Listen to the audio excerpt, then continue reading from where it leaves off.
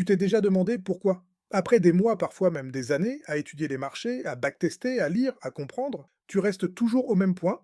Tu connais les setups, tu sais gérer le risque, tu sais ce qu'il faut faire. Mais au moment d'agir, tu bloques et tu finis par te dire, c'est moi le problème? Non, tu viens juste d'entrer dans un phénomène psychologique que tous les traders traversent, mais que très peu dépassent. On appelle ça l'effet Dunning-Kruger, ou plus simplement, le plateau du trader.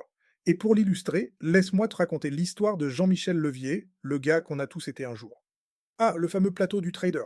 Tu sais, cette phase où tu te crois devenu Einstein après 2 trades gagnants sur le Nasdaq ou le marché des cryptos, premier mois sur les marchés, Jean-Michel gagne 300 balles en 3 jours et se voit déjà acheter un duplex à Dubaï.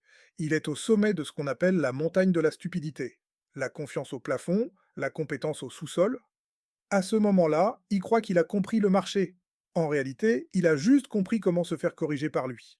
Comme tout bon rookie, il fait les classiques. Levier x50, revenge trade, et le fameux «Allez, je double la mise pour me refaire». Spoiler, il se refait pas.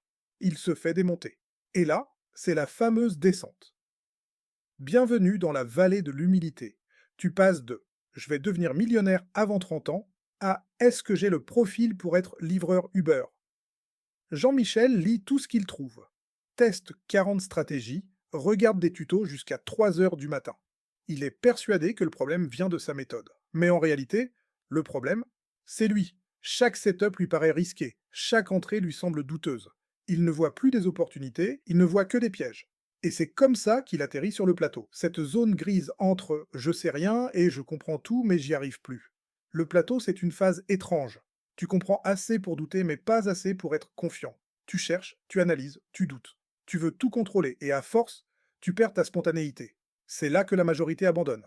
Pas parce qu'ils sont mauvais, mais parce qu'ils croient que stagner, c'est reculer. En vérité, c'est juste le moment où ton ego se dissout. Et c'est nécessaire. À ce stade, Jean-Michel se dit ok, fin du game, je vais redevenir caissier, au moins les stop-loss sont manuels. Mais il tient bon. Et un jour, il comprend un truc essentiel.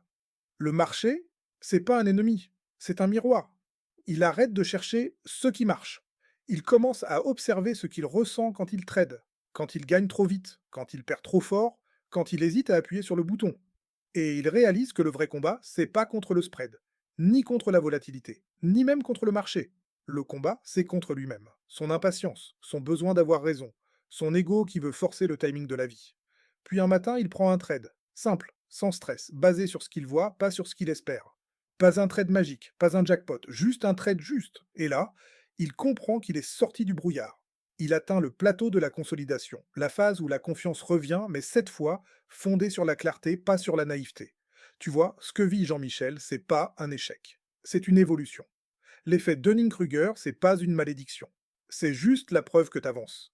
Parce que le marché, c'est pas une guerre à gagner. C'est une vérité à comprendre. Et à la fin, le marché, c'est un miroir. T'as pas perdu de l'argent. T'as acheté une leçon. Si cette vidéo t'a aidé à y voir plus clair dans ta psychologie de trader, abonne-toi. Et dis-moi en commentaire dans quelle phase tu te trouves aujourd'hui. Parce que parfois, le simple fait de mettre des mots sur ce qu'on vit, c'est déjà un pas vers la clarté. À très vite!